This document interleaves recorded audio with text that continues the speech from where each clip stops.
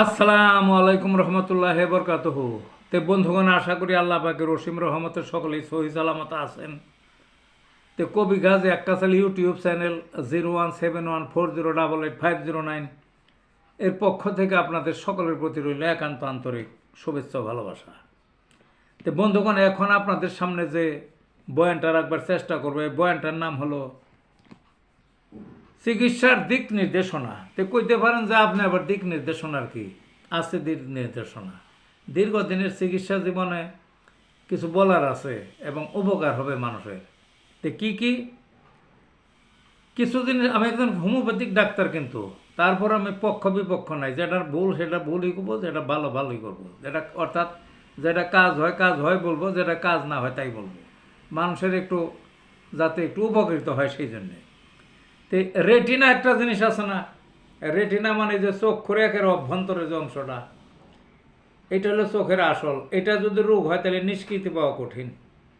হোমিওপ্যাথিকের ঔষধ এই রেটিনা পর্যন্ত কাজ করে না, বাইরের সাইডে সব রোগী কাজ করে দেখা যায় চোখের, কিন্তু রেটিনা কি রোগ? রেটিনা হলো বিশেষ করে ডায়াবেটিস রোগীদের বা এমনিও হয় ডায়াবেটিসদের অনেক ওই স্ট্রোক করে রেটিনায়, রক্তক্ষরণ হয়, রক্ত জমে থাকে, পানি জমে রেটিনায় চর্বি জমে। যদি এরকম কারো হয়, দয়া করে হোমিওপ্যাথিকের ব্যবহার করবেন না। এখানে হোমিওপ্যাথিকের জন্য অপেক্ষা করবেন না। বছরের পর বছর খাওয়াই দেখছি, 2 বছর উপকার হওয়ার পর অন্ধত্বর দ্বার প্রান্তে বা অন্ধত্ব দেখা দেয়। তাইলে এই রেটিনার এই সমস্যায় হোমিওপ্যাথিকের আছে, বহু ওষুধ আছে লেখা, কিন্তু কাজ হয় একটারও হইতেছে না, আমি দেখছি। তারপরে কি ওই ব্রেনে স্ট্রোক করে যে যে অর্ধাঙ্গ হয়ে যায়, সেখানেও হোমিওপ্যাথিকের জন্য অপেক্ষা করবেন না, সেখানে অ্যালোপ্যাথিকের আশ্রয় নেবেন। তারা চিকিৎসা দেবে, নানানটা পরীক্ষা নিরীক্ষা করবে, তারা থেরাপি দিবে, আরও বিভিন্ন ওই অ্যালোপ্যাথিকের জন্য যাবেন। আরেকটা হলো মহিলাদের যে এই যে ফ্যালোপিয়ান টিউব বন্ধের কারণে যদি বন্ধ্যত্ব দেখা দেয়, অর্থাৎ সন্তানাদি না হয়, সন্তানাদি হয় না, এরকম হোমিওপ্যাথিতে কিন্তু ভালো চিকিৎসা আছে বন্ধাত্বের। কিন্তু ফ্যালোপিয়ান টিউব যাদের বন্ধ, এটা বন্ধ একেবারে, ওটা হোমিওপ্যাথিতে ছুটতে আমি দেখি না এই পর্যন্ত।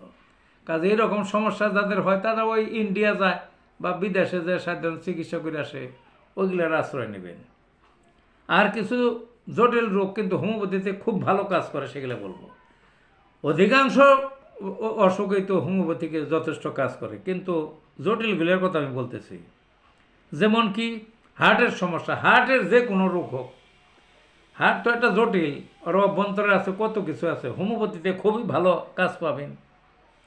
যৌন সমস্যা যতই জটিল হোক কাজ পাবেন হোমিওপ্যাথিতে।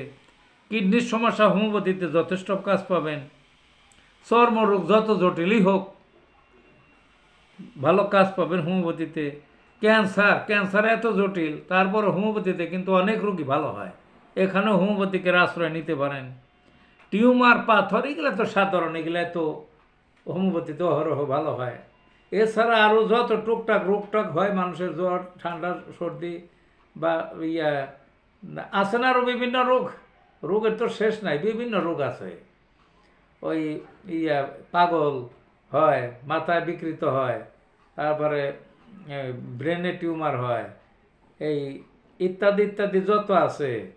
আর মেয়েলি সংক্রান্ত যত রোগ আছে, পুরুষ সংক্রান্ত যত রোগ আছে, আর যত আছে সবটাই আপনারা হোমিওপ্যাথিকের আশ্রয় নিতে পারেন। কিন্তু যে কটা বললাম, এই কটা আশ্রয় না নিয়ে আরও নিজের ক্ষতি না করাটাই ভালো। কি কি?